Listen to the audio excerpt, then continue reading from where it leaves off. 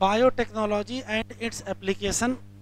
पहले एक चैप्टर था strategies for enhancement in enhance production वाला, उसमें से टिश्यू कल्चर निकाल के इस चैप्टर में रख दिए हैं। और पिछली बार 3 क्वेश्चन तो टिश्यू कल्चर से आ गए थे, तो ये इंपॉर्टेंट है चैप्टर। एप्लीकेशन का मतलब क्या है, इसका कहाँ पर्पज है। तो इस पूरे पैराग्राफ में कोई विशेष सवाल नहीं है, फिर भी अगर आपसे कहा जाए कि बायोटेक्नोलॉजी का क्या एप्लीकेशन है, तो कहोगे थेराप्यूटिक्स में है, या डायग्नोस्टिक्स में है, जेनेटिकली मॉडिफाइड क्रॉप में है, फूड की प्रोसेसिंग में है, बायो रेमिडिएशन में है। आजकल बायोटेक्नोलॉजी का जो रिसर्च एरिया है उसमें 3 मेन रिसर्च हैं। बढ़िया से बढ़िया लिस्ट मिले जो कि प्योर एंजाइम के फॉर्म में हो, कंडीशन कैसे क्रिएट की जाए, ऑप्टिमल कंडीशन कैसे क्रिएट की जाए जिससे प्रॉपर तरीके से माइक्रोब ग्रो कर पावे, और बेहतर डाउन स्ट्रीम प्रोसेसिंग। वैसे तो कोई सवाल एग्जाम में नहीं आया है, ना आएगा। यहाँ से शुरू होता है बायोटेक्नोलॉजिकल एप्लीकेशन इन एग्रीकल्चर। देखिए कहाँ कहाँ एप्लीकेशन है, तो एग्रीकल्चर में एप्लीकेशन है, ये एग्रीकल्चर में चल रहा है। फिर मेडिसिन में एप्लीकेशन है, तो मेडिसिन में जितना कुछ दिया वो सब बहुत इंपॉर्टेंट है। और उसके बाद फिर ट्रांसजेनिक एनिमल है, और फिर एक हेडिंग इसमें इथिकल इशू है। ठीक है, 4 हेडिंग है, और ये जान लीजिए हर हेडिंग से अगर एक एक क्वेश्चन आएगा तो 4 क्वेश्चन हो जाएंगे, नहीं तो 5 क्वेश्चन इस चैप्टर से आएंगे।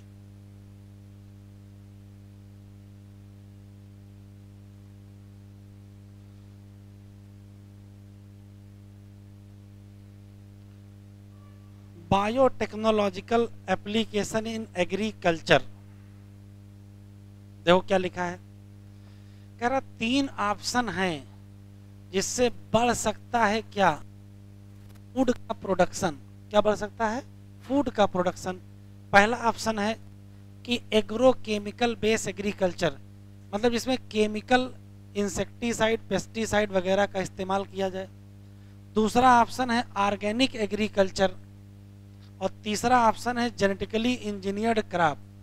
तो जो genetically engineer crop base agriculture है उसी को हम यहाँ डिस्कशन करेंगे। ग्रीन रिवॉल्यूशन, ये जनरल कहानी है कि ग्रीन रिवॉल्यूशन में क्या फायदा हुआ, तो ट्रिपल कर दिया क्या फूड सप्लाई। ये सवाल आ सकता है एग्जाम में कि ग्रीन रिवॉल्यूशन में डबल किया है कि ट्रिपल किया है कि 4 गुना कि 5 गुना, तो कहोगे ट्रिपल कर दिया है। लेकिन कह रहा है पॉपुलेशन भी तो डबल हो गई है, पॉपुलेशन भी तो ट्रिपल हो गई है, तो जो डिमांड पहले थी वो डिमांड अभी पड़ी हुई है, तो सफिशियंट नहीं है। कुछ ना कुछ बेहतर क्राफ्टी यूज करोगे, थोड़ा बेटर मैनेजमेंट करोगे, तो कुछ ना कुछ बढ़ेगा जरूर, लेकिन ये उतना नहीं होगा जितनी आवश्यकता होगी। तो इस पैराग्राफ में भी कोई क्वेश्चन नहीं है। ये पैराग्राफ एनसीईआरटी में नया जोड़ा गया है, तो यहाँ से शुरू करेंगे, ये इंपॉर्टेंट है।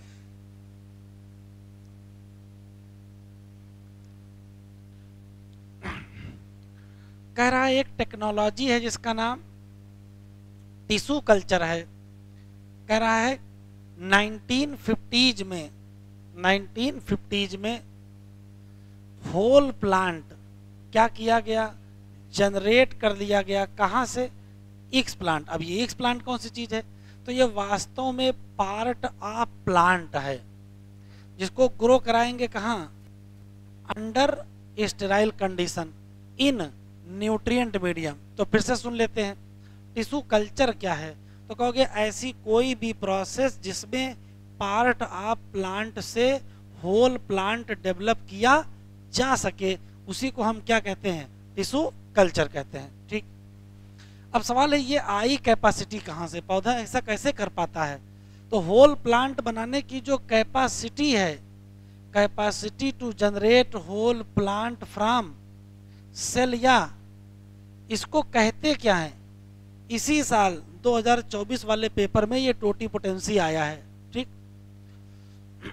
कह रहा बाकी कहाँ पढ़ेंगे, हाई क्लास में। कह रहे यहाँ इस बात को समझ लीजिए कि जो न्यूट्रिएंट मीडियम है उसमें कोई ना कोई क्या देना पड़ेगा, कार्बन सोर्स जैसे सुक्रोज होगा, इनऑर्गेनिक साल्ट होंगे, विटामिन होंगे, अमीनो एसिड होंगे, या ग्रोथ रेगुलेटर जैसे ऑक्सिन होगा और कौन सा, साइटोकाइनिन।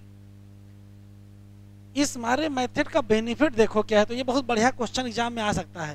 क्वेश्चन पूछेगा to achieve propagation of large number of plant in very short duration, इसी प्रोसेस को कहते हैं माइक्रो प्रोपेगेशन। माइक्रो प्रोपेगेशन क्या है, टिश्यू कल्चर ही है। क्वेश्चन अच्छा है। कम समय में ज्यादा पौधे बना लेने की जो टेक्नोलॉजी है, उसी टेक्नोलॉजी का नाम क्या है, माइक्रो प्रोपेगेशन। ये वास्तव में है क्या, टिश्यू कल्चर है। ठीक है, कह रहा जितने भी प्लांट जनरेट किए जाएंगे किससे, माइक्रो प्रोपेगेशन से या किससे, टिश्यू कल्चर से, वो सब के सब क्या होंगे, कहां से, ओरिजिनल प्लांट। इसका मतलब इन सब को क्या कहोगे, तो ये भी एक अच्छा सवाल है। टिश्यू कल्चर या माइक्रो प्रोपेगेशन से जितने भी पौधे बनाओगे उन सब को हम क्या कहेंगे, तो कहोगे समय क्लोन कहेंगे।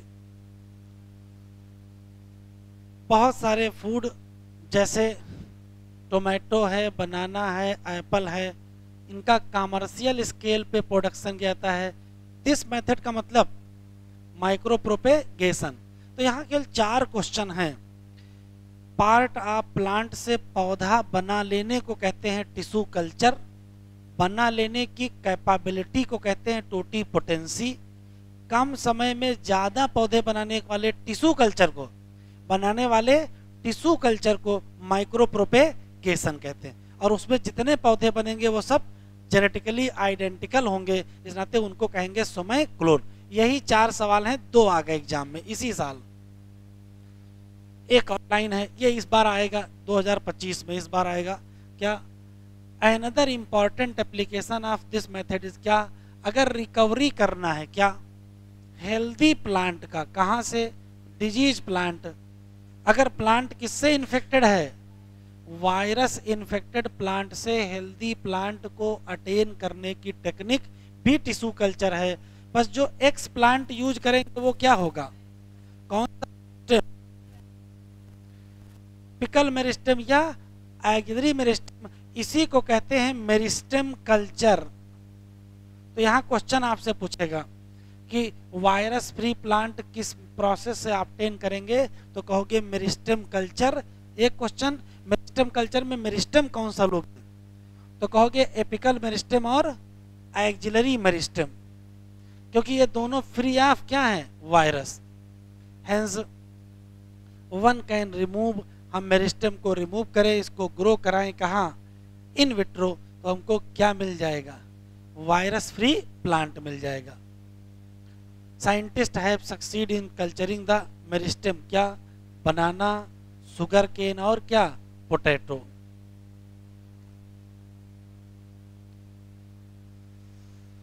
ये स्पेशल क्वेश्चन है। साइंटिस्ट आइसोलेट कर सकते हैं सिंगल सेल किसकी, प्लांट की, और डाइजेस्ट कर दीजिए क्या, सेल वाल। तो अगर सेल वाल डाइजेस्ट कर दोगे तो हमें मिलेगा आइसोलेटेड नैक्ड प्रोटोप्लास्ट।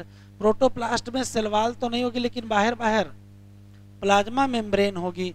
आइसोलेटेड प्रोटोप्लास्ट कितने का, 2 अलग वैरायटी ऑफ प्लांट जिसमें क्या होंगे, डिजायरेबल कैरेक्टर होंगे, उनको फ्यूज कर दोगे तो मिल जाएगा क्या, हाइब्रिड प्रोटोप्लास्ट। उसको ग्रो करा करके हम क्या बना सकते हैं, न्यू प्लांट। इस पूरी टेक्निक को कहते हैं क्या, सोमैटिक हाइब्रिडाइजेशन, और जो पौधा बनेगा उसका नाम सोमैटिक हाइब्रिड। ये जो न्यू प्लांट यहाँ बनाया गया है किससे, हाइब्रिड प्रोटोप्लास्ट से। इस बीच में टिश्यू कल्चर है, वह टिश्यू कल्चर जिसमें हाइब्रिड प्रोटोप्लास्ट से न्यू प्लांट बनाया जाए, इसको कहते हैं प्रोटोप्लास्ट कल्चर।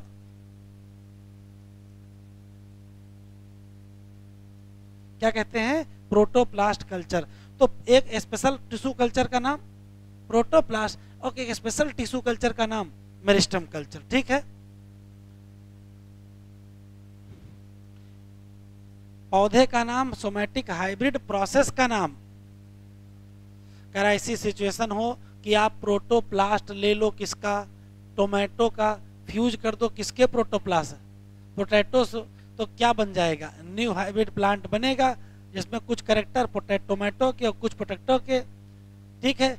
कह रहा ये बन तो गया था और पौधे का नाम क्या रखा गया, टोमेटो रखा गया, लेकिन जैसा कॉम्बिनेशन चाहते थे वैसा कॉम्बिनेशन नहीं मिला। चाहते क्या थे, चाहते ये थे कि जो एरियल पार्ट होगा वो टोमेटो का हो जाएगा, तो ऊपर क्या लगेंगे, टोमेटो, और जो अंडरग्राउंड पार्ट है वो हो जाएगा पोटैटो का, तो अंडरग्राउंड प्लांट के क्या बनेंगे, पोटैटो। चाहते ये थे कि एक ही पौधे में ऊपर टमाटर लगे होंगे नीचे आलू होगा, लेकिन हो उल्टा गया, क्या, ऊपर का बन गया आलू का और नीचे का बन गया टमाटर का, ना टमाटर बचा ना आलू बचा, ठीक है।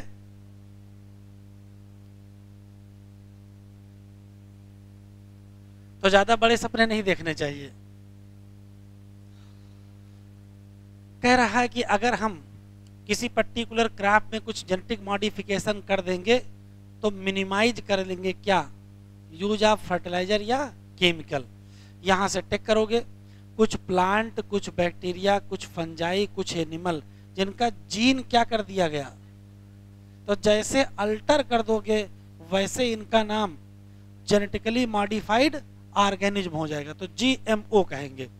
यहाँ अच्छा सवाल है, जेनेटिक मॉडिफिकेशन के क्या क्या क्या क्या क्या फायदे हैं, तो देखो यहाँ फायदे लिखे हैं।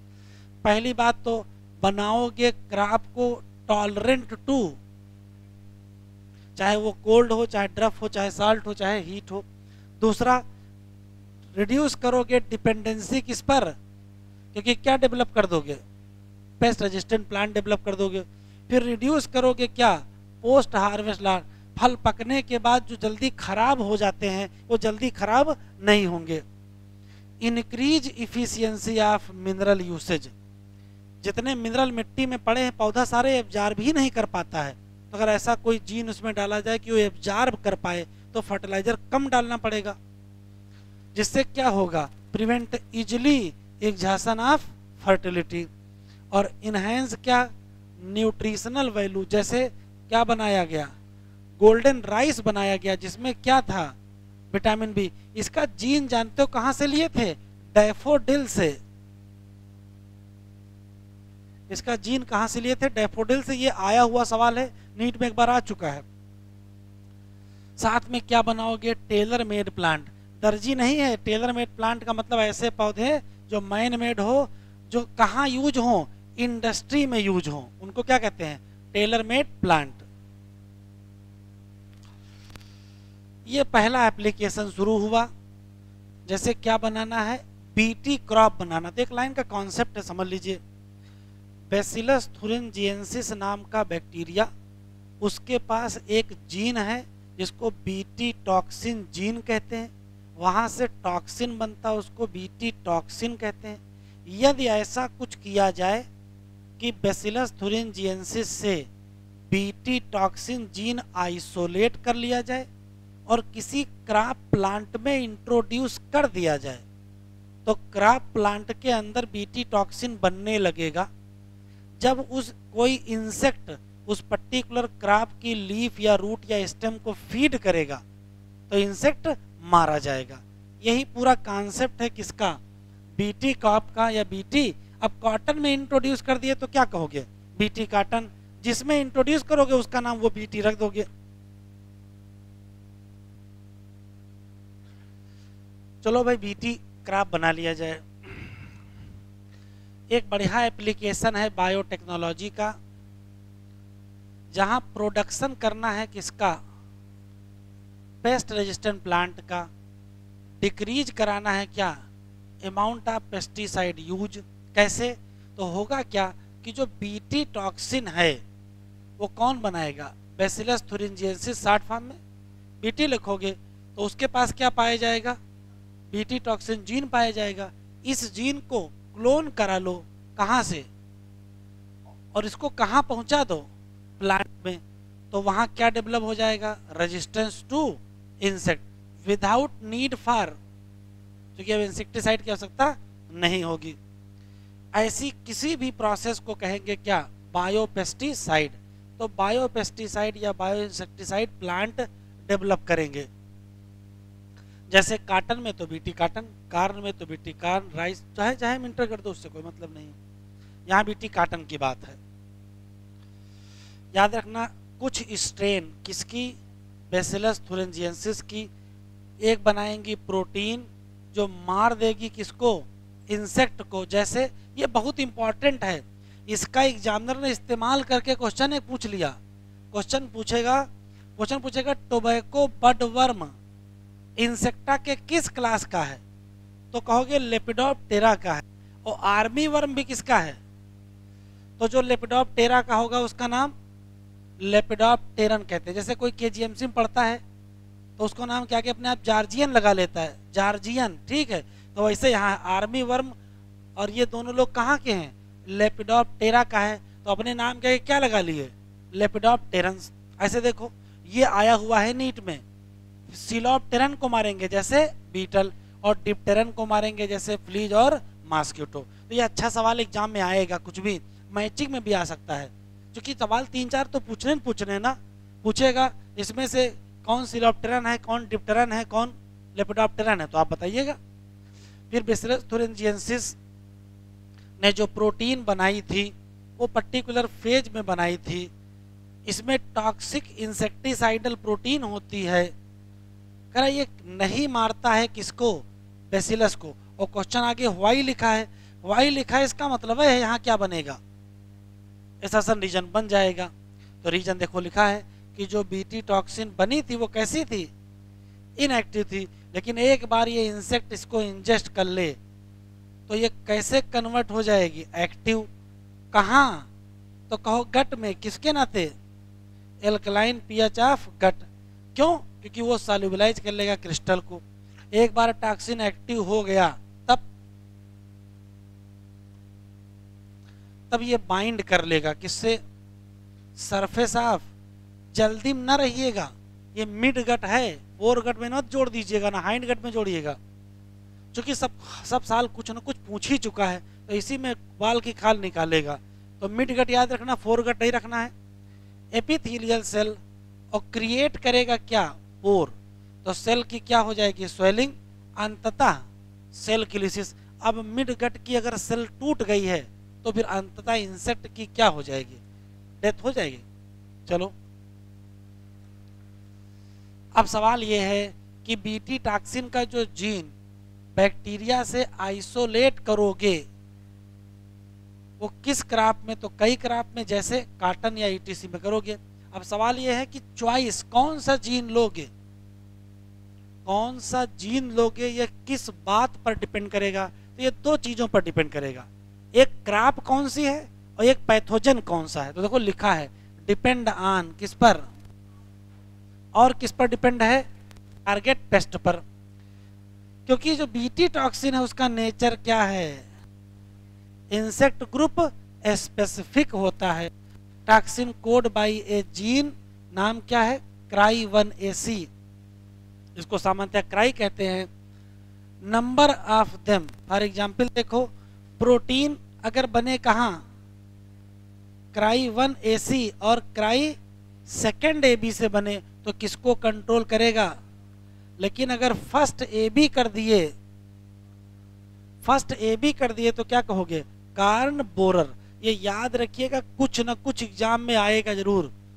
सामान्य क्राई कौन सा है, क्राई1AC है। सामान्य क्राई जीन कौन सा है, क्राई1AC है। तो किसके लिए है, कॉटन बाल। फर्स्ट AB मत कर देना।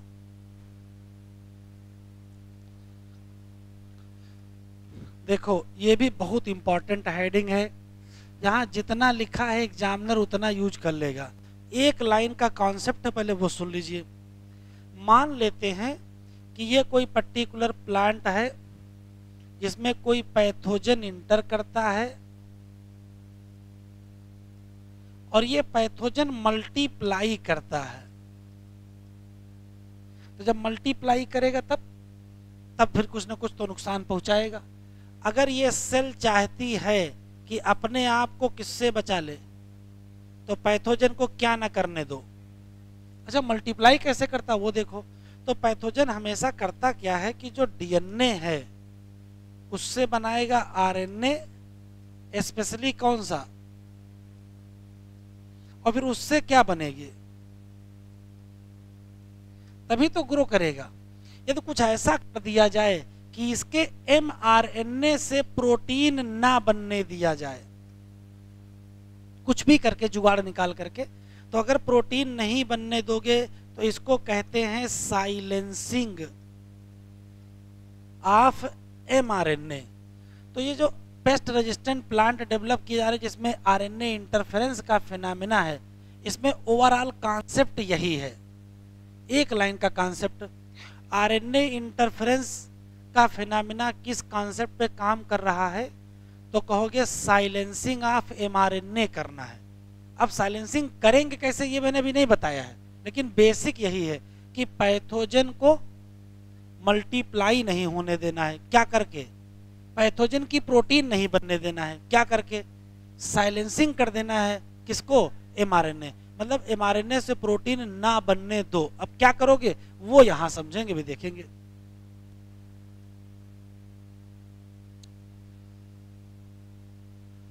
कह रहा है कुछ निमेटोड पैरासाइट हैं, प्लांट के भी और एनिमल। ऐसे ही एक निमेटोड का नाम क्या है, मिलेडीगाइनी, क्या, इनकॉग्निसिया, जो किसको इन्फेक्ट करेगा, रूट ऑफ टोबैको प्लांट, और बहुत ज़्यादा घाटा देगा क्या, प्रोडक्शन। ये तो अच्छी बात है, तंबाकू का प्रोडक्शन घटे तो ठीक ही है, लोग बीड़ी सिगरेट कम ही पियेंगे, है ना। ये तो अच्छा है, इसको तो अवार्ड मिलना चाहिए किसको, मिलेडीगाइनी को। हाँ, बढ़िया काम कर रहा है, पुण्य का काम कर रहा था। फिर देखो एक novel strategy adopted by infestation. हाँ, अंतर जरा समझो, इन्फेक्शन और इन्फेस्टेशन में अंतर होता है। जो प्लेटी हेलमिंथ के मेंबर होते हैं, यदि उनसे कुछ होता है उसको इन्फेस्टेशन कहते हैं। एक शब्द है इन्फेक्शन, एक शब्द है इन्फेस्टेशन। वर्म का हमेशा इन्फेस्टेशन होता है। तो प्लेटी हेलमिंथ में कौन आएंगे, या एस हेलमिंथ में कौन आएंगे, वर्म आएंगे ना। तो इसी नाते यहाँ क्या कहते हैं, इन्फेस्टेशन। इस था आरएनए इंटरफेरेंस पर बेस्ड था। आरएनए इंटरफेरेंस कह रहा सभी यूकैरियोटिक ऑर्गेनिज्म में मेथड है किसका, क्या, सेलुलर डिफेंस। दिस इन्वॉल्व, अब देखो अंडरलाइन करो, एमआरएनए। क्यों, हाँ, अब किससे करोगे, तो कहोगे complementary double standard RNA molecule, जो बाइंड कर जाएगा एमआरएनए से और प्रिवेंट करेगा क्या, ट्रांसलेशन ऑफ क्या, एमआरएनए। कहोगे क्या, साइलेंसिंग। हाँ, सवाल है कि सोर्स क्या है, तो ये इंपॉर्टेंट है। ये डबल स्टैंडर्ड आरएनए लाओगे कहां से, बनवाओगे ना। तो सोर्स ऑफ आरएनए इंटरफेरेंस का क्या है, या तो आप इन्फेक्शन करा दो किससे, जिसमें क्या हो, आरएनए, जो बाद में डीएनए बनाएगा फिर उससे आरएनए बनवाएगा। और फिर दूसरा क्या है, मोबाइल जेनेटिक एलिमेंट, आया हुआ सवाल है नीट में। या इसको कहते क्या है, ट्रांसपोजान, या इसी को जंपिंग जीन भी कहते हैं।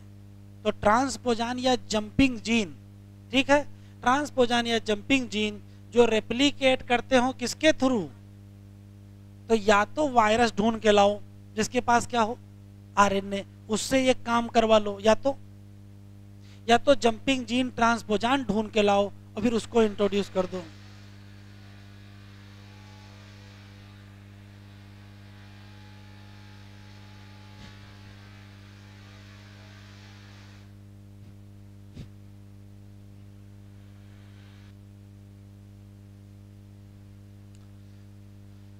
अब सवाल ये है कि चलो सोर्स कोई भी हो, उस पर्टिकुलर जीन को इंट्रोड्यूस कैसे करोगे। तो प्लांट में इंट्रोड्यूस करना है बेटा, एग्रोबैक्टीरियम करोगे, टीमीफेसियंस वाला, ये निमेटोड स्पेसिफिक जीन को इंट्रोड्यूस कर देगा किसमें, प्लांट में। एक बार डीएनए पहुंच जाएगा तो ये बनाएगा डबल स्टैंडर्ड आरएनए। तो जब डबल बनाएगा तो पहले कौन, सेंस और एंटी सेंस दोनों, याद रखिएगा, कहाँ बनाएगा, होस्ट। ये दोनों एक दूसरे के कॉम्प्लीमेंट्री होंगे तो बन जाएगा क्या, डबल स्टैंडर्ड आरएनए। इसी डबल स्टैंडर्ड आरएनए को आई आरएनए कहते हैं। अंतर जरा समझ लो, एक होता है आरएनए आई, क्या एक दोनों एक ही चीज है? ऐसा नहीं है। इधर देखो, ये इंटरफेरिंग आरएनए है और ये आरएनए इंटरफेरेंस है, ये फिनोमेना है और ये आरएनए है। यही डबल स्टैंडर्ड आरएनए है। जिसमें आगे आई लगा होगा वो इंटरफेरिंग आरएनए है, जो पीछे आई लगा होगा, देखो पीछे आई लगा, यहाँ पीछे आई लगा है, ये आरएनए इंटरफेरेंस है। यही क्या कराएगा, देखो पीछे आई लगा दिया, ये क्या कराएगा, आरएनए इंटरफेरेंस कराएगा और फिर अंततः साइलेंसिंग कर देगा किसका, एमआरएनए का। इसके बाद क्या होगा, पैरासाइट सरवाइव नहीं करेगा और ट्रांसजेनिक होस्ट जो एक्सप्रेस करेगा इंटरफेरिंग आरएनए, उसमें ट्रांसजेनिक प्लांट अपने आप को बचा लेगा, किससे, पैरासाइट। तो क्वेश्चन याद रखना, डबल स्टैंडर्ड आरएनए चाहिए और सोर्स कौन सा है, सोर्स या तो वायरस है जिसमें क्या हो आरएनए, और या तो मोबाइल जेनेटिक एलिमेंट क्या, ट्रांसपोजान।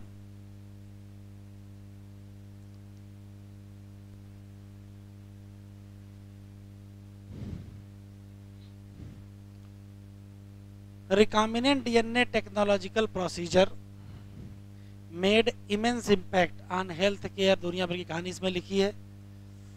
पहले टिक कर लीजिए, पहले प्रोडक्ट कहाँ से आइसोलेट करते थे, नॉन ह्यूमन सोर्स, लेकिन आज का हाल बताओ तो कहो कि आज लगभग 30 रिकॉम्बिनेंट थेराप्यूटिक हैं दुनिया में। इंडिया के लिए कितनी अवेलेबल है, 12 है। उसी में से एक है इंसुलिन, 12 में से ही एक है।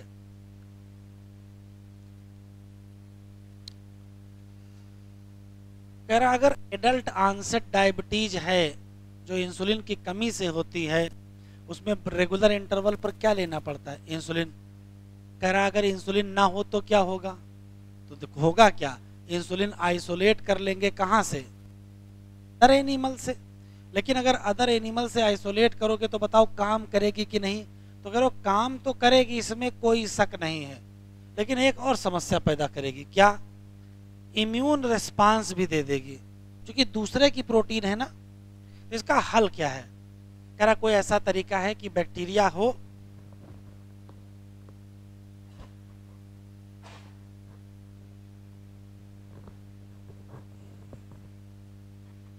जो क्या बना दे, ह्यूमन इंसुलिन बना दे। कह रहा पूरी समस्या ही सॉल्व हो जाएगी, large quantity of bacteria produce करेंगे। तो एक असर्शन रीजन है यहाँ, पूछ सकता है कि नॉन ह्यूमन इंसुलिन क्यों नहीं ले ज़्यादा यूज करते हैं, या दूसरे एनिमल से लेते हैं, उससे क्या दिक्कत है, तो कहोगे एलर्जी हो जाएगी या इम्यूनोलॉजिकल रिस्पांस आ जाएगा।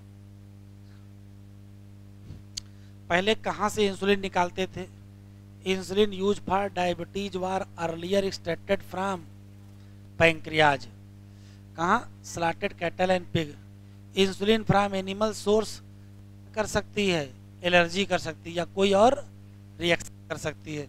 हाँ, इंसुलिन में पाई कितनी जाती हैं, 2 पॉलीपेप्टाइड, एक कौन सी ए, कौन सी बी, और दोनों जुड़ी किससे होती हैं, सब रटे रहिएगा, इंपॉर्टेंट है, किससे जुड़ी रहती हैं, डाइसल्फाइड। इन मैमल इंक्लूडिंग क्या, ह्यूमन, इंसुलिन सिंथेसाइज होती है हमेशा एज ए, कोई भी हार्मोन अगर इनएक्टिव होगा तो उसको प्रो हार्मोन कहेंगे, जैसे एंजाइम इनएक्टिव तो pro enzyme. Need to be processed, इसकी प्रोसेसिंग होना चाहिए before fully mature functional hormone, क्योंकि जो इमेच्योर होता है उसमें क्या पाया जाता है, एक्स्ट्रा कौन सी, सी पेप्टाइड। सी पेप्टाइड नहीं पाई जाती है कहाँ, मैच्योर इंसुलिन, और सी पेप्टाइड को रिमूव करते हैं ड्यूरिंग द मैच्योरेशन। मेन जो चैलेंज है इंसुलिन बनाने का वो यही है कि insulin assemble in mature form. क्यों, देखो इमेच्योर से मैच्योर बनता है गाल्जी कॉम्प्लेक्स में। आप रिकॉम्बिनेंट डीएनए टेक्नोलॉजी से इंसुलिन प्रोटीन तो बनवा लोगे, लेकिन उसको मैच्योर कैसे करोगे, क्योंकि गाल्जी कॉम्प्लेक्स तो है नहीं बैक्टीरिया के पास, तो कुछ हल निकालना पड़ेगा। तो हल देखो क्या निकाला गया, 1983 का टाइम है, इली लिली नाम की अमेरिकन कंपनी, इन्होंने 2 डीएनए ही बना लिए। एक डीएनए बनाया किसके लिए, एक किसके लिए, ठीक है, और इसको इंट्रोड्यूस कर दिए किसमें, प्लाज्मिड ऑफ ई कोलाई, और दोनों चेन अलग अलग बनवाए, ए अलग बनवाए, बी अलग बनवाए। तो जब चेन ही बनवा रहे होगे तो सी क्यों बनवाओगे, उसका जीन डालेंगे ही नहीं। फिर क्या करोगे, ए और बी जीन को सेपरेट करेंगे, प्रोड्यूसली अलग अलग बनाएंगे और फिर जोड़ लेंगे और क्या बन जाएगा, मैच्योर इंसुलिन। तो अगर ह्यूमन जीन लेते थे और बैक्टीरिया में डाल के बनवाते थे तो सी पेप्टाइड बन जाता था। तो इन्होंने कहा हल क्या है, जीन ना लो, उसका सीक्वेंस देख लो और फिर वही सीक्वेंस आर्टिफिशियली सिंथेसाइज कर लो और उससे अपना बनवा लो। ये भी इंपॉर्टेंट है। करा किसी पर्सन को जन्मजात क्या है, हेरिडिटरी डिजीज है, क्या है, कैन करेक्टिव क्या कर सकते हो, तो जीन थेरेपी एक मेथड है जो किसको ठीक कर सकता है, किसी हेरिडिटरी या जेनेटिक डिजीज को ठीक कर सकता है। जीन थेरेपी क्या है, तो कहोगे मेथड है जो क्या करेगा, करेक्शन किसका करेगा, जीन डिफेक्ट जो डायग्नोस हो जाए कहाँ, याद रखना चाइल्ड या एम्ब्रायो में, एडल्ट में होगा तो फिर ठीक करना मुश्किल हो जाएगा। Gene are inserted into particular cell या tissue to treat a disease. Correction of genetic defect involve delivery, introduce करते हैं क्या, नॉर्मल जीन इनटू इंडिविजुअल या एम्ब्रायो, और अंदर जाकर के वो क्या करेगा, फंक्शन करने लगेगा, कंपनसेट कर देगा किसको, नॉन फंक्शनल जीन को। ये रटना है आपको। फर्स्ट क्लिनिकल जीन थेरेपी कब दी गई, 1990 में, किसको दी गई, 4 ईयर ओल्ड गर्ल को दी गई, जिसको बीमारी क्या थी, ADA deficiency disorder, ADA disease. ADA enzyme जरूरी क्यों है, तो कहोगे ये इम्यून सिस्टम के लिए जरूरी है। ये बीमारी आती कहाँ से है, तो ये याद रखिएगा, इंपॉर्टेंट है। एक होगा डेलिशन, एक होगा इंसर्शन, ट्रांसवर्जन, ट्रांसलोकेशन, इस टाइप क्वेश्चन मिलेंगे। तो आप क्या कहोगे, डेलिशन किसमें, जीन में, जो क्या करती थी, एंडोसिन डीएमएनेज बनाती थी। कुछ बच्चों में क्या हो जाता है, एडीए की डिफिशियंसी। अब उसको ठीक करने का पहला तरीका देखो क्या है, सबसे पहले क्या किया गया, बोन मैरो ट्रांसप्लांटेशन किया गया। तो जब फ्रेश बोन मैरो डाल देंगे तो उससे हेल्दी लिम्फोसाइट बनेंगे, लेकिन हेल्दी लिम्फोसाइट अमर तो होंगे नहीं, एक ना एक दिन वो जो आपने बोन मैरो ट्रांसप्लांट किया होगा वो खराब हो जाएगा, और जो नया बोन मैरो बनेगा वो डिजीज बनेगा। देखो लिखा है इट कैन बी ट्रीटेड, इसको कैसे ट्रीट कर सकते हैं, एंजाइम रिप्लेसमेंट थेरेपी। एंजाइम क्या मतलब, बायोटेक्नोलॉजी से एंजाइम बनवा लो और उसका इंजेक्शन लगवाओ, तो एंजाइम रिप्लेसमेंट से काम चल सकता है, जो कि फंक्शनल एडीए को दे दोगे। लेकिन दोनों में एक ही प्रॉब्लम है, क्या, दोनों में है कि ये दोनों अप्रोच क्या है, कंप्लीटली क्यूरेटिव नहीं है। तो फिर जीन थेरेपी की बात करते हैं, तो क्वेश्चन पूछेगा पहला स्टेप टुवर्ड जीन थेरेपी क्या किया गया, देखो लिम्फोसाइट लिया गया कहाँ से, ब्लड से, किसके, पेशेंट से ही लिया गया, और ग्रो कहाँ कराए, कल्चर। फिर क्या इंट्रोड्यूस किए, फंक्शनल एडीए सी डीएनए, ठीक है, कॉम्प्लीमेंट्री क्लोन डीएनए है, और किसका इस्तेमाल करो भाई, एनिमल में डालना है तो रेट्रोवायरस का डालो। तो कहाँ इंट्रोड्यूस कर दोगे, लिम्फोसाइट। अब जब लिम्फोसाइट में इंट्रोड्यूस कर दोगे तो ये तो जेनेटिकली मॉडिफाइड लिम्फोसाइट होंगी, जेनेटिकली मॉडिफाइड लिम्फोसाइट को वापस भेज दोगे कहाँ, पेशेंट। फिर वही समस्या है, ये सेल एक ना एक दिन मर जाएंगी, पेशेंट को बार बार क्या चाहिए, पीरियोडिक इन्फ्यूजन। तो क्या परमानेंट क्योर है, नहीं, परमानेंट क्योर यही है, जीन आइसोलेट कर लो कहाँ से, बोन मैरो सेल जो क्या बनाती हूँ, और उसको इंट्रोड्यूस कर दो सेल ऑफ क्या, अर्ली एम्ब्रायो, तो क्या हो जाएगा, परमानेंट क्योर हो जाएगा।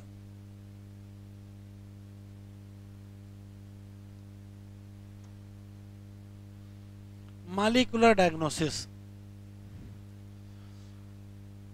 वैसे इधर 2-3 साल से खूब सवाल आ रहा है पहले 6-7 साल क्वेश्चन ही नहीं आया और जब से आना शुरू हुआ है तब से लगातार सवाल आ रहा है। पहला सवाल है इफेक्टिव ट्रीटमेंट ऑफ डिजीज के लिए क्या है, तो बहुत जल्दी पता होना बहुत जरूरी है। अगर हम परंपरागत तरीका चाहे सीरम का इस्तेमाल कर ले चाहे, तो क्या अर्ली डिटेक्शन पॉसिबल है? ये आया है पिछले साल क्वेश्चन पूछा था अर्ली डिटेक्शन कब पॉसिबल नहीं है, तो कहोगे सीरम और यूरिन से पॉसिबल नहीं है, आया हुआ सवाल है। फिर पॉसिबल कैसे है, तो पॉसिबल के 3 तरीके हैं। या तो आप रिकॉम्बिनेंट डीएनए टेक्नोलॉजी यूज कर लो, पीसीआर यूज कर लो, या क्या एंजाइम लिंक्ड इम्यूनोसॉर्बेंट ऐसे यूज कर लो। ये क्या कर सकती हैं, तो किससे अर्ली डायग्नोसिस होगी और किससे अर्ली डायग्नोसिस नहीं होगी? सीरम और यूरिन से नहीं होगी, और होगी किससे? रिकॉम्बिनेंट से, पीसीआर से और एलाइजा से। चलो ये बहुत important paragraph. Presence of pathogen कब सस्पेक्ट होता है? जब पैथोजन क्या दे देता है? डिजीज के सिम्पटम। इस समय तक पैथोजन का काउंट क्या हो जाएगा? बहुत हाई, और अब उसको मारना बहुत मुश्किल हो जाएगा। अगर very low concentration of bacteria या वायरस जब सिम्टम ना हो तब पकड़ना चाहते हो, तो उसको क्या करो? एम्प्लीफाई कर दो उसके न्यूक्लिक एसिड को। किससे? तो पलट देते हैं। कौन सी टेक्निक है जो वेरी लो कंसंट्रेशन में डिटेक्ट कर सकती है? तो आंसर देंगे क्या? पीसीआर। कैसे करेंगे तो वो हम लोग पढ़ चुके हैं। आज पीसीआर खूब यूज किया जा रहा है। किसमें किसमें? तो देखो, एक तो डिटेक्ट करना किसमें? HIV सस्पेक्टेड या एड्स पेशेंट। और क्या डिटेक्ट करोगे? Mutation in gene. और किसमें? जैसे कैंसर पेशेंट में म्यूटेशन हुआ होगा। या आइडेंटिफाई कर सकते हो क्या? Genetic disorder. फिर आया म्यूटेशन वाला, कैसे पता करेंगे? ये इंपॉर्टेंट है, 2 बार एग्जाम में आ चुका है ये पैराग्राफ, इतना जो लिखा है।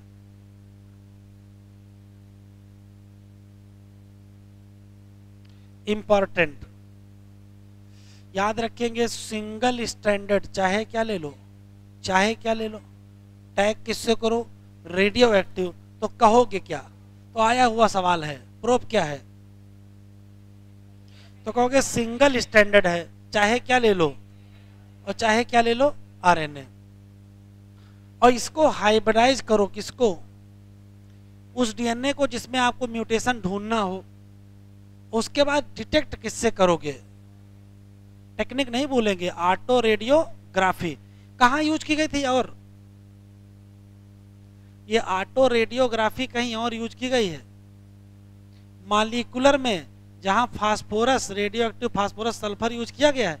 जहां कहीं रेडियो एक्टिव एलिमेंट यूज किए गए होंगे, ट्रेसिंग, रेडियो ट्रेसर टेक्निक या ऑटो रेडियोग्राफी होगी, वहां रेडियो ट्रेसर लिखा है। तो जो क्लोन जिसमें म्यूटेशन होगा, ये आया हुआ सवाल है नीट में, वो नहीं अपीयर होगा कहां? और देखो लिखा क्या है, मतलब यहां बना क्या? बन गया, क्योंकि प्रोब में क्या नहीं है? कॉम्प्लीमेंटरिटी विद, तो ऊपर वाला एसर्शन, नीचे वाला रीजन। एलाइजा किस पर काम करता है? तो कहोगे एंटीजन एंटीबॉडी। इन्फेक्शन पता करने के 2 तरीके हैं। Infection of pathogen detected by, या तो क्या पता कर लो? पैथोजन का एंटीजन पता कर लो, या पैथोजन के खिलाफ बनने वाली एंटीबॉडी पता कर लो।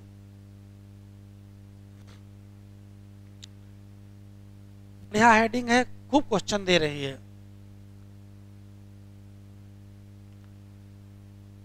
ऐसा कोई भी एनिमल जिसका डीएनए क्या कर दिया जाए? मैनिपुलेट कर दिया जाए, और उसमें क्या पहुंचा दिया जाए और एक्सप्रेस करा दिया जाए? Foreign gene. तो उसको कहोगे क्या?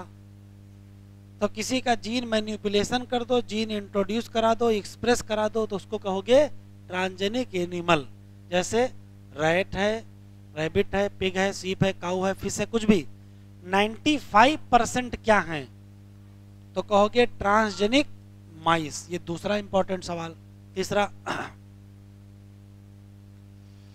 कह रहा कहाँ कहाँ यूज करोगे, तो पहले ये पता करने में नॉर्मल फिजियोलॉजी या नॉर्मल डेवलपमेंट में जीन का क्या रोल है, तो जीन इंट्रोड्यूस करके वो इफेक्ट देख लेंगे।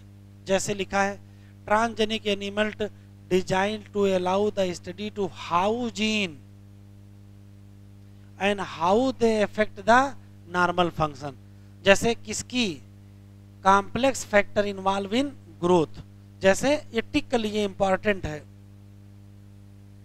Insulin like growth factor introducing gene from species जो अल्टर कर दे क्या फॉर्मेशन ऑफ दिस फैक्टर, फिर स्टडी करो क्या इफेक्ट।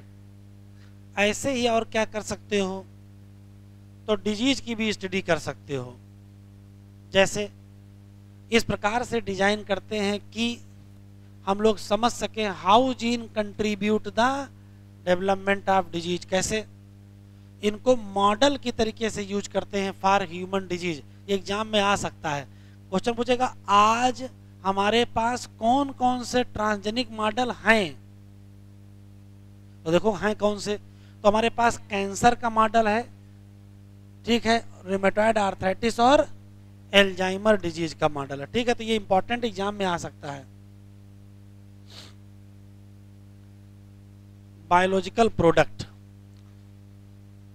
मेडिसिन आवश्यक है बहुत सारी बीमारियां ट्रीट करने के लिए, उसमें कुछ ना कुछ हो सकता है बायोलॉजिकल। ये क्या होता है, ऐसा कोई भी प्रोडक्ट जो लिविंग ऑर्गेनिज्म से मिले वो बायोलॉजिकल प्रोडक्ट। सच प्रोडक्ट बहुत में एक्सपेंसिव होते हैं, अगर ट्रांसजेनिक एनिमल का इस्तेमाल किया जाए तो बहुत सारे यूजफुल बायोलॉजिकल प्रोडक्ट को क्रिएट कर सकते हैं। कैसे, introducing A portion of DNA या जीन जो वही पर्टिकुलर प्रोडक्ट बनाती हो। जैसे ये टिक करो, एक ह्यूमन प्रोटीन है जिसका नाम, इसको किसके ट्रीटमेंट में यूज करते हैं, इम्फाइसिमा के ट्रीटमेंट में। ऐसा ही प्रयास करते हैं जब ट्रीटमेंट किसका करते हैं, फिनाइल कीटोन्यूरिया, और किसका, तो अंत क्वेश्चन क्या पूछेगा, कौन कौन सी बीमारियां हैं जिनके ट्रीटमेंट में बायोलॉजिकल प्रोडक्ट लगता है। तो 3 नाम यहां दिए हैं, कौन कौन सा, एम्फाइसेमा, फिनाइल कीटोन्यूरिया और सिस्टिक। लेकिन अल्फा 1 एंटीट्रिप्सिन किस में लगता है, किस में लगता है, एम्फाइसेमा। फिर 1997 का समय है, कौन सी थी, रोजी काऊ बनाई गई। इसकी जो प्रोटीन मिल्क था उसमें देखो क्या था, मिल्क किसका है, काऊ का, प्रोटीन किसकी है, ह्यूमन की। कौन सा ह्यूमन प्रोटीन थी, अल्फा लैक्टो एल्ब्यूमिन। ये बच्चों के लिए ज्यादा बेहतर था। फिर वैक्सीन सेफ्टी आया, ये भी इंपॉर्टेंट है बेटा। ट्रांसजेनिक माइस डेवलप किए जाते हैं काहे के लिए, before they use in human. Transgenic mice use to test the safety of polio vaccine. Successful अगर मिला, रिलायबल मिला तो रिप्लेस करो the use of to test the safety of. ध्यान से क्वेश्चन पढ़ेंगे, क्वेश्चन में अगर बैचेज लिखा मिल जाए तो क्या लगाएंगे, नहीं तो फिर क्या लगाएंगे, माइस लगाएंगे। लिखा नहीं है transgenic. Vaccine safety, vaccine test किससे करते हैं, माइस से करते हैं, लेकिन अगर बैचेज लिखा मिल जाएगा तो मंकी लगाइएगा। ऐसे केमिकल सेफ्टी टेस्टिंग इसमें कुछ खास नहीं है। इथिकल इसमें बहुत कहानी फर्जी की बहुत लिखी है, ये टिक करोगे। गवर्नमेंट ऑफ इंडिया ने एक ऑर्गेनाइजेशन सेटअप किया है जिसका नाम GEAC genetic engineering approval committee. ये करती क्या है वो देखो, तो कहती है कि यही डिसीजन लेती है, निर्णय लेती है किसके बारे में, तो वैलिडिटी ऑफ कौन सा जेनेटिक मॉडिफिकेशन करोगे, और ये भी निर्णय लेती है safety of introduction of GM organism in. कोई जेनेटिकली मॉडिफाइड ऑर्गेनिज्म बनाओगे कि नहीं बनाओगे, और बनाओगे वो फिर वो पब्लिक यूज में आएगा कि नहीं आएगा, इसका निर्णय कौन लेगा। GEAC मॉडिफिकेशन या use of living organism for public service. बहुत सारी प्रॉब्लम हो सकती है, यहाँ जनरल कहानी लिखी, कुछ मतलब नहीं है। यहाँ देखो क्या है, राइस क्या है, तो बहुत इंपॉर्टेंट फूड ग्रेन है। हम हजारों साल से चावल ही चावल खा रहे हैं। एशिया एग्रीकल्चर हिस्ट्री में बड़ा इंपॉर्टेंट, और जहाँ पानी ज़्यादा वहाँ राइस ज़्यादा। लगभग लगभग कितनी वैरायटी, जीरो ध्यान से गिने रहेंगे, एक जीरो हटाएंगे वहां दिखाई नहीं पड़ेगा, वो क्वेश्चन गलत हो जाएगा। कितने हैं, 2 लाख वैरायटी। किसकी, कहाँ, तो हमारे देश में रिच बायोडाइवर्सिटी किस फसल की है, राइस की है, इससे ज्यादा किसी की नहीं है। Diversity of rice in India क्या है, हम किसी मामले में तो खैर अमीर हैं ही, किस मामले में अमीर हैं, डाइवर्सिटी के मामले में। और उसमें से फिर क्या, इसका विशेष फ्लेवर, कितनी वैरायटी हैं, 27 तो लिखी पढ़ी रखी हैं, बाकी कुछ पता नहीं है, ठीक है। 27 वैरायटी हैं, प्राचीन समय से इसका इस्तेमाल हो रहा है। फिर देखो अमेरिका ने शैतानी कर दी, 1997 एक अमेरिकन कंपनी ने क्या ले लिया, पेटेंट ले लिया, किसका, कहां से, और कहा हमको ही सारे अधिकार हैं कि हम नई वैरायटी बेचेंगे। फिर दुनिया के लोगों ने बवाल किया, खासकर इंडिया वालों ने बवाल कर दिया। पता चला कि जो नई वैरायटी बता रहे हैं वो कहां से लाए हैं, जो कि 2 लाख में से ही तो होगी, ऑलरेडी हमारे पास 2 लाख हैं, उसके बाहर जाने नहीं है। उनको लग रहा था ये नई बनाए हैं, पता चला वैसे ही पता नहीं हर गली मोहल्ले में घूम रही है। तो इतनी सारी वैरायटी इंडिया में थी। इंडियन बासमती को क्रॉस कराया गया था किससे, और कहा गया हमने क्या बनाया है, नया बनाया है। कह रहा ध्यान रखो, ऐसे ही बहुत सारे प्रयास किए गए, और किसका किसका लेने का प्रयास किया गया, ये टर्मरिक और नीम, आज इसकी बचपन से दातून करते आ रहे हैं, उसका वो क्या कर रहे हैं, पेटेंट ले रहे थे। कह रहा अगर जागरूक नहीं रहे, अगर जागरूक नहीं रहे और तुरंत बवाल खड़ा नहीं किए, नॉट इमीडिएटली काउंटर का मतलब बवाल खड़ा कर देना, ठीक है, तो क्या होगा, फिर आखिरी में आपके हाथ में कुछ बचेगा नहीं, सब लोग वही बेचेंगे, वही खरीदेंगे। ये टिक करो। बायो पायरेसी क्या है, refer to use of bio resource by multinational companies and other organisation without क्या, proper authorisation, proper authorisation from countries या पीपुल कंसर्न विदाउट क्या। तो क्वेश्चन आएगा एग्जाम में, बिना कंपनसेटरी पेमेंट के यदि किसी भी देश के नेचुरल रिसोर्स का यूज कर रहे हैं तो उसको क्या कहते हो। तो बताओ, ये बासमती राइस का जो इलीगल पेटेंट लिए थे वो क्या था, वो यही था, वो बायो पायरेसी था।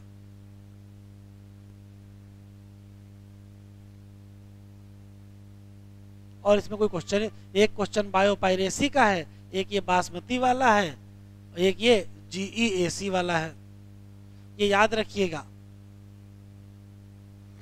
कि